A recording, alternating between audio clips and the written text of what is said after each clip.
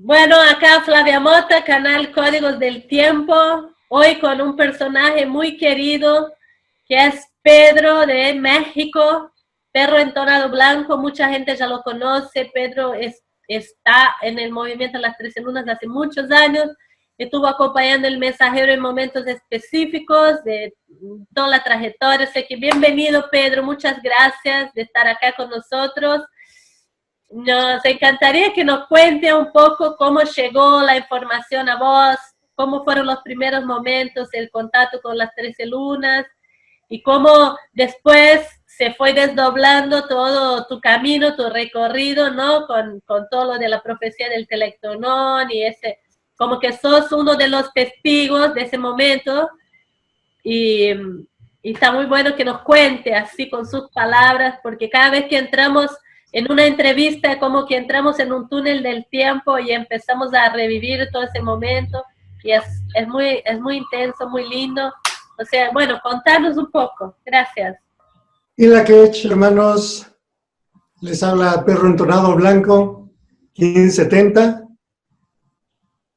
Empodero con el fin de amar, comandando la lealtad, sello el proceso del corazón con el tono entonado de la radiencia.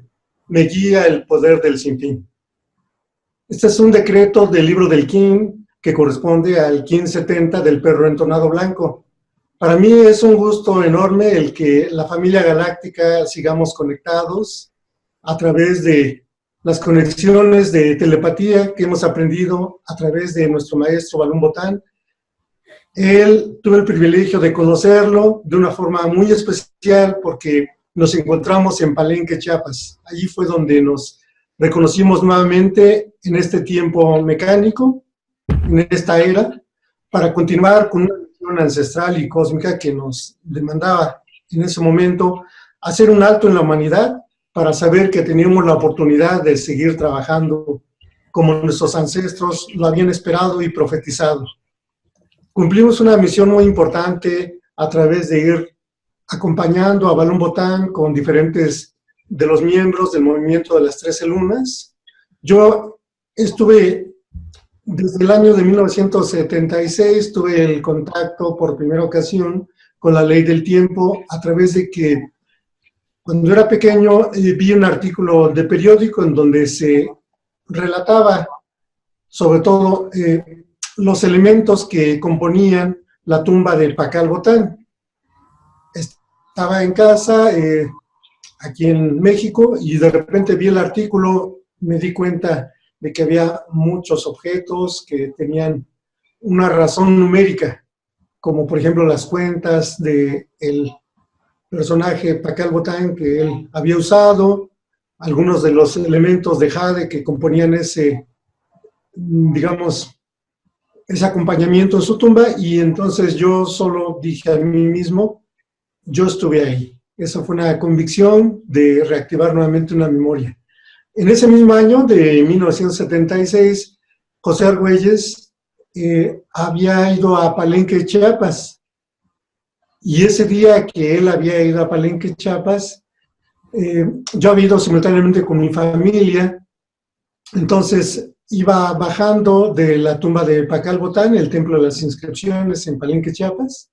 Estaba lloviendo en ese momento, había una neblina mística y muy mágica en el lugar. Yo iba bajando de las escaleras del templo de las inscripciones y un personaje iba subiendo. Y ese personaje era José Argüelles. Entonces, esto lo supimos hasta que José Argüelles, por encargo de la Reina Roja, Stephanie South, me encomendaron ayudarles a escribir la biografía de Balún Botán. Él relata en un momento que en ese año de 1976 fue a Palenque, Chiapas, y entonces comenzó a subir la pirámide del Templo de las Inscripciones y comenzó a tener una reactivación de sus memorias que él ya había trabajado desde que era niño. Entonces, simplemente en un lenguaje telepático nos reconocimos y nos saludamos, y simplemente nos volveríamos a encontrar años después, por ahí del año de 1987, cuando él convocó a la convergencia armónica que correspondía a un llamado mítico, en donde en las profecías antiguas de México el personaje llamado Quetzalcóatl, Cuculcán, la serpiente emplumada, había dejado la profecía de la ciclicidad del tiempo en la Tierra, conocida como los 13 cielos y los 9 infiernos.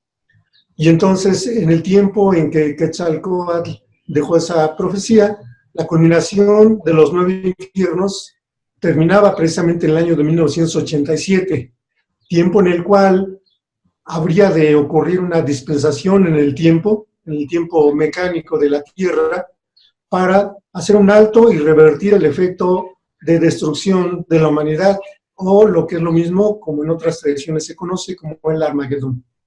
Nosotros sabíamos que podíamos hacer ese cambio. José Argüelles tenía la convicción muy profunda de que se podía revertir ese efecto en un esfuerzo colectivo y consciente, y fue por eso que convocó a la Convergencia Armónica el 16 y 17 de agosto del año 1987, con los medios más rústicos. Convocamos a toda la humanidad que en ese momento estuviéramos unidos a través de trabajos espirituales, grupos de meditación, de yoga, de conocimiento, a hacer una meditación por la iluminación y la asistencia de nuestros hermanos de esferas superiores, para ayudarnos a transitar en ese último trance de 26 años o anillos terrestres, para culminar con la profecía del año 2012, que es el cierre de la cuenta larga maya. O sea, en ese momento ya tuviste, bueno, empezaste a tener contacto con él ya directamente participando de la Convergencia Armónica, pero todavía no estaba el sincronario, ¿no? Todavía en ese momento. La propuesta del sincronario todavía no surgía porque precisamente José Argüelles junto con Loidín Argüelles en su momento comenzaron más profundamente a estudiar la ley del tiempo. Ellos se metieron para hacer una estructuración y lanzar la propuesta del encantamiento del sueño.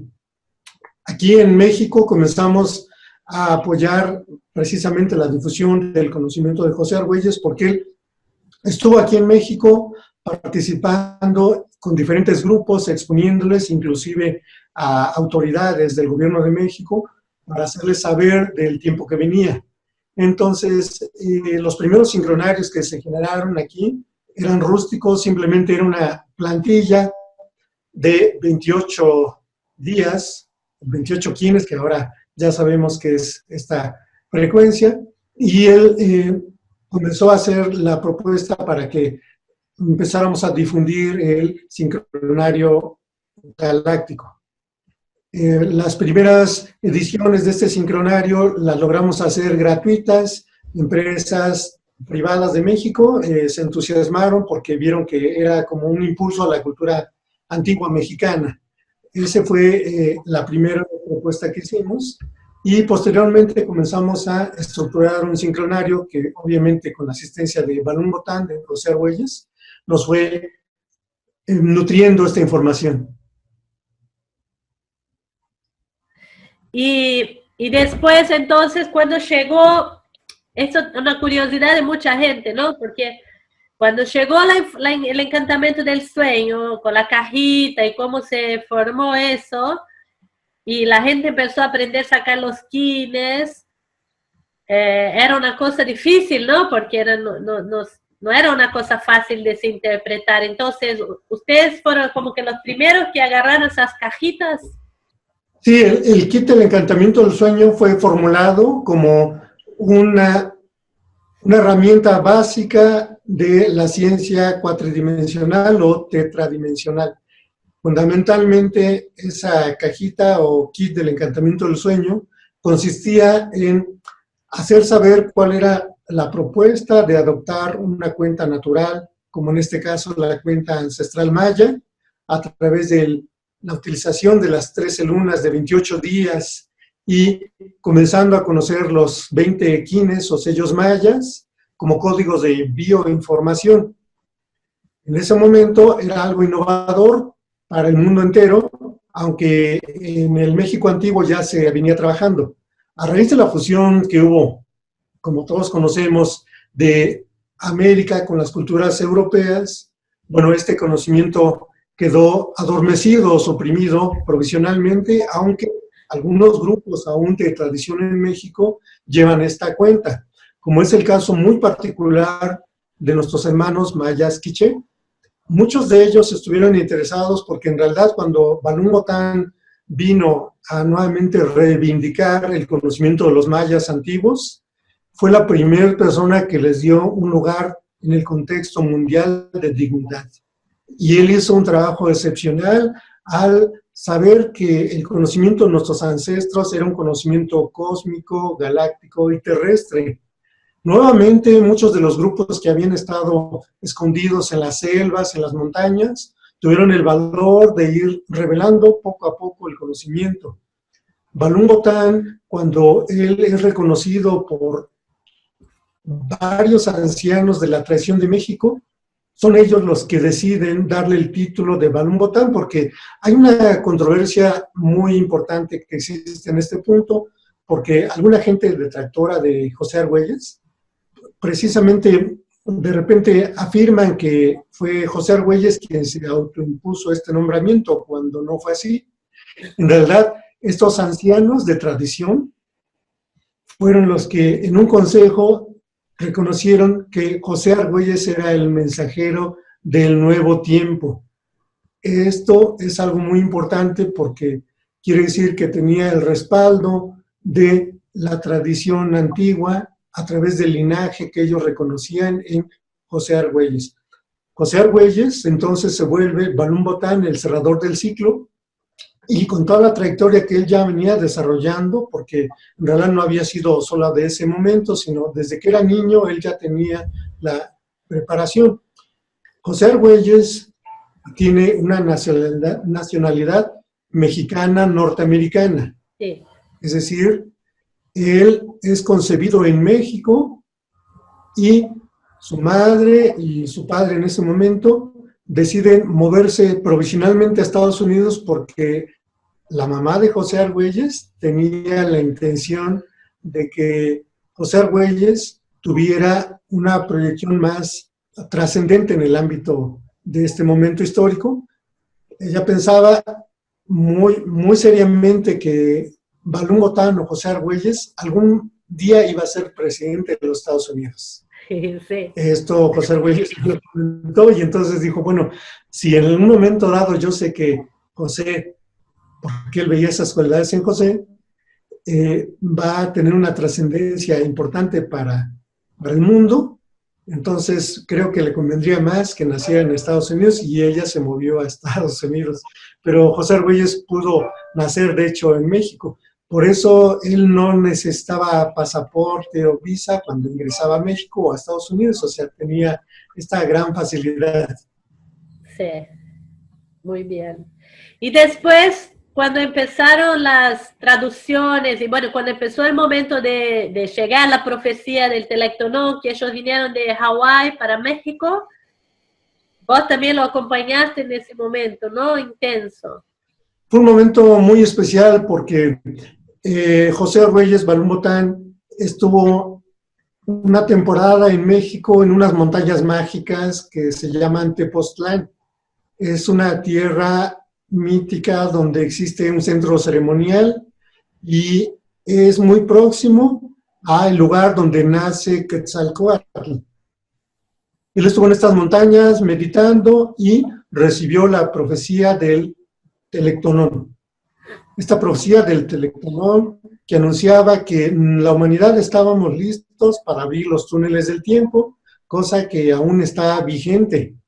Es decir, ¿cuál era la esencia del Telectonón? Nosotros teníamos que volver a conectar con los circuitos telepáticos de la Tierra hacia Urano, básicamente, porque el momento del 2012 lo que demandaba era que la humanidad en una masa crítica, llamémosle por ejemplo esta masa crítica como los 144.000, pudiera lanzar una señal telepática consciente de que estábamos listos para operar nuevamente con la frecuencia natural del tiempo. Y en ese momento estábamos preparados entonces con una herramienta que se llama el Telectonón, el tubo por el que habla el espíritu de la Tierra. Yo estuve con Balún Botán, José Argüelles, estuvimos trabajando con muchos quines. Él me propuso hacer nuevamente un kit del Telectonón que consiste en un tablero con piezas móviles, con unas cartas, y que a través de estas cartas y tableros podíamos conscientemente mover diversos planos. Esta herramienta del Telectonón se iría evolucionando posteriormente también hasta culminar con el trabajo final de José Argüelles, lo que se llama el sincronotrón. Son herramientas de cuarta dimensión muy avanzadas. Mucha gente pensaría que únicamente estas herramientas son herramientas mecánicas, como es el caso de un simple tablero, pero si nosotros como quines planetarios o como simples seres humanos podemos utilizar estas herramientas de la forma adecuada, descubrimos que hay una magia inherente del tiempo. José Luis estaba convencido absolutamente de que un ser humano solamente, tan solo uno, trabajando de una forma consciente podía lograr este cambio. Si éramos más, si éramos una tripulación completa de quienes internautas del tiempo trabajando con estas herramientas, podíamos lograr la expansión de la Tierra en sus frecuencias naturales, cosa que aún está vigente. ¡Wow! ¡Qué lindo! Es así, está totalmente vigente. Estamos en el año 26, ¿no? Del Telectonón. 2 años más y completa 28 años. Y seguimos andando ahí, conectando todos estos circuitos de ese tablero. Y bueno, y después contarnos ahora así como que fue desarrollando todo eso después, ¿no? Como después pasó la primera etapa, todo el desarrollo de la profecía, la distribución de los kits del Telectonón, la traducción, esos kits que la primera versión, ¿no? Del Telectonón se perdió, ¿no? La primera versión se perdió en Colombia, pues lo volvieron a hacer. Y después, contarnos así después cómo se fue desarrollando hasta los días de hoy, tu trabajo en qué consiste hoy con los códigos y cómo lo vas llevando y todo. Muy bien, sí, efectivamente, todas las traducciones se pudieron distribuir primeramente desde el idioma inglés al idioma español, francés, ruso, portugués, alemán, francés, entre otras, y japonés, por supuesto. Estas traducciones se han hecho de diferentes libros, dentro de los cuales, libros muy trascendentes de José Argüelles, por ejemplo, La Tierra en Ascenso, aunque él ya tenía previamente 2 libros antes de La Tierra en Ascenso, que no fueron muy conocidos. Uno es Lo Sagrado Femenino, que es un libro poco conocido por los quines planetarios o por la comunidad mundial. Esto lo hizo en los años 70 José Argüelles, y había hecho otro libro que se llama Mandala también. Sí. Que de estos 2 libros yo tengo una versión de ellos. Si alguno de los quines o de la gente estuviera interesada, pues podemos distribuirlo, porque es algo que vale la pena que conozcamos. Ahí ya se nota la raíz del conocimiento maya y ancestral que José Argüelles venía trabajando, y el factor maya, que fue un parteaguas definitivamente, porque también fue una revelación profética. José Argüelles se encontraba en la península de Yucatán, y en este caso subió a una de las estructuras más importantes que representa el inicio del tiempo. En este lugar él pudo recibir la canalización del libro del factor maya, que es un libro trascendente y parteaguas. Posteriormente el libro de la ola de Subuya, que también ya comienza a entrar en un terreno más mágico del tiempo. Y así fuimos haciendo diferente literatura. Todos estos libros y materiales se estructuraron a través de talleres, hemos hecho muchas ceremonias. El caso peculiar del perro entonado blanco, bueno, pues aquí en México, como en diferentes lugares del planeta Tierra, participaron en diferentes ceremonias. En México tenemos una gran fortuna de contar con más de 250,000 centros ceremoniales, de los cuales únicamente en forma oficial, es decir, reconocidas por las autoridades locales de México, operan solamente unos 25,000 de estos centros ceremoniales, pero hay más de 250,000. Prácticamente cada lugar que pisamos del México actual está impregnado de estos centros ceremoniales porque era algo formidable.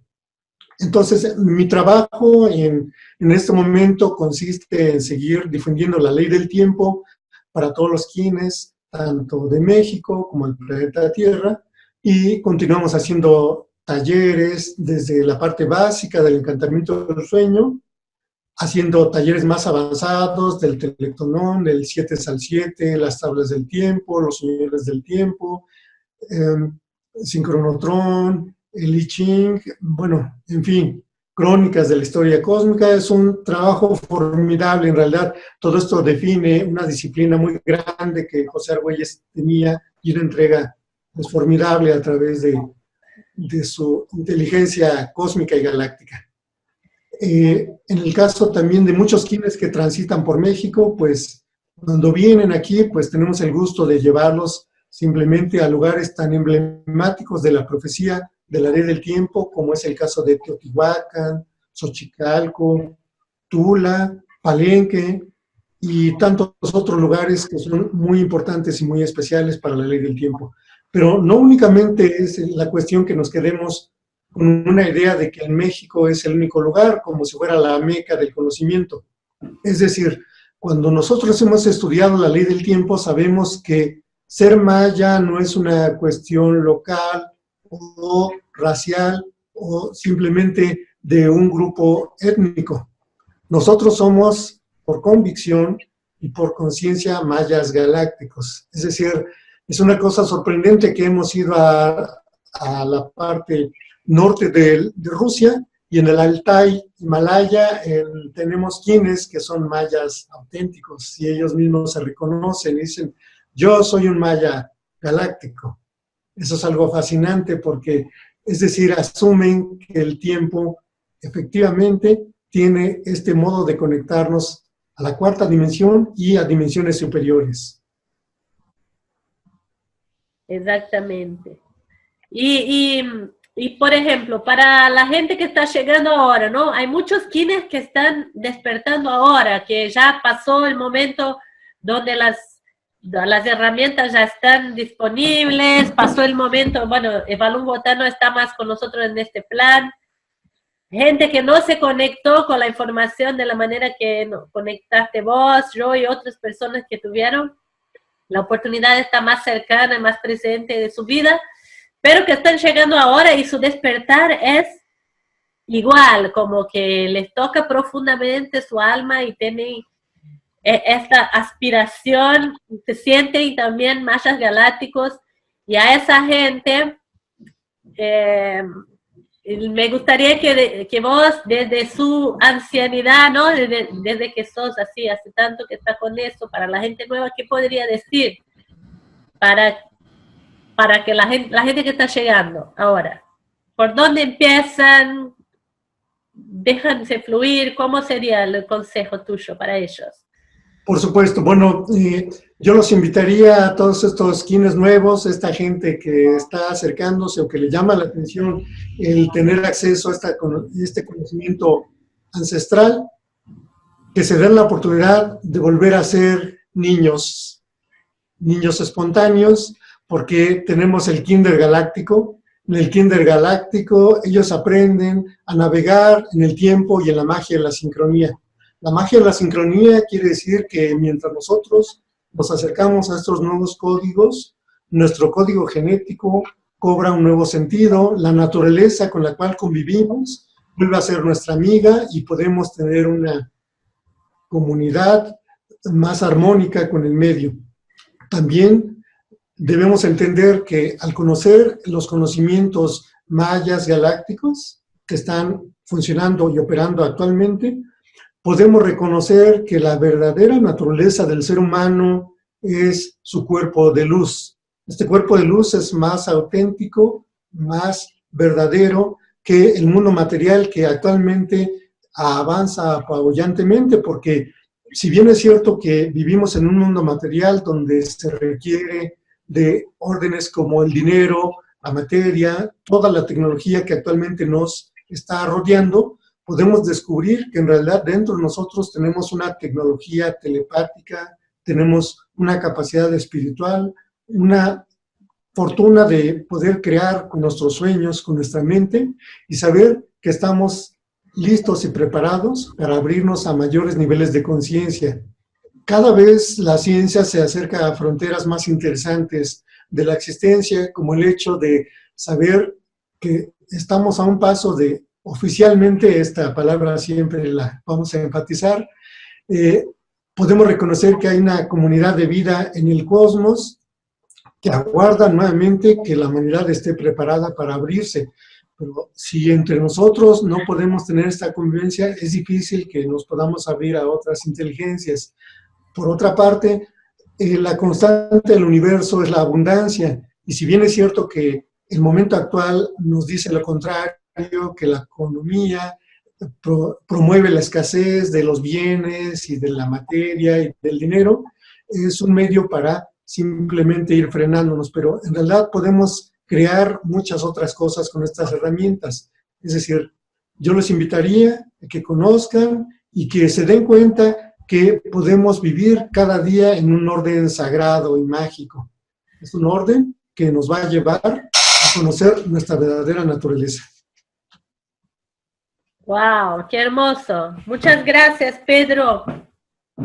¿Tenemos alguna cosa que te gustaría decir? Nos tenemos el tiempo acá que nos va cortando el programa, que nos da media hora para hablar. Y bueno, si te gustaría expresar algo más, te vamos a ver en el Congreso online con una charla hermosa que nos va a presentar, a regalar.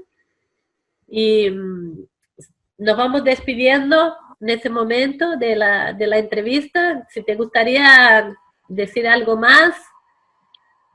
Si no, bueno, muchas gracias, hermoso. Pues, es un gusto, un honor conocerte y estar hablando con vos. Y seguimos ahí. Todavía no fui a México.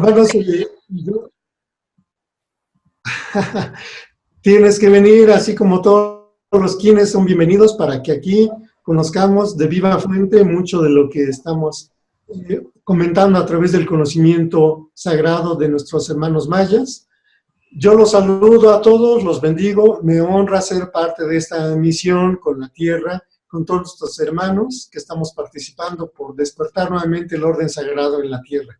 Les diría que siempre hay una esperanza por hacer mejor las cosas en la tierra. Es un honor y una fortuna, y bendigo el trabajo de José Argüelles Balún Botán por toda la gente que lo conocimos. Él es un ser que siempre nos ha amado y que siempre ha pensado y creído que estamos preparados en todo momento. Sencillamente volvamos a nuestras raíces. Yo los espero siempre aquí. Me da mucho gusto que podamos estar activos y conectados, que la telepatía nos una en amor, en luz, en felicidad. Les mando un abrazo arcoíris a todos.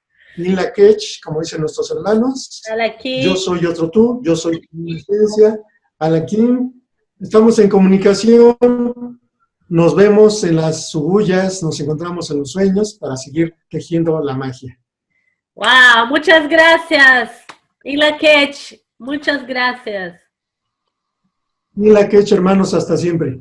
Hasta.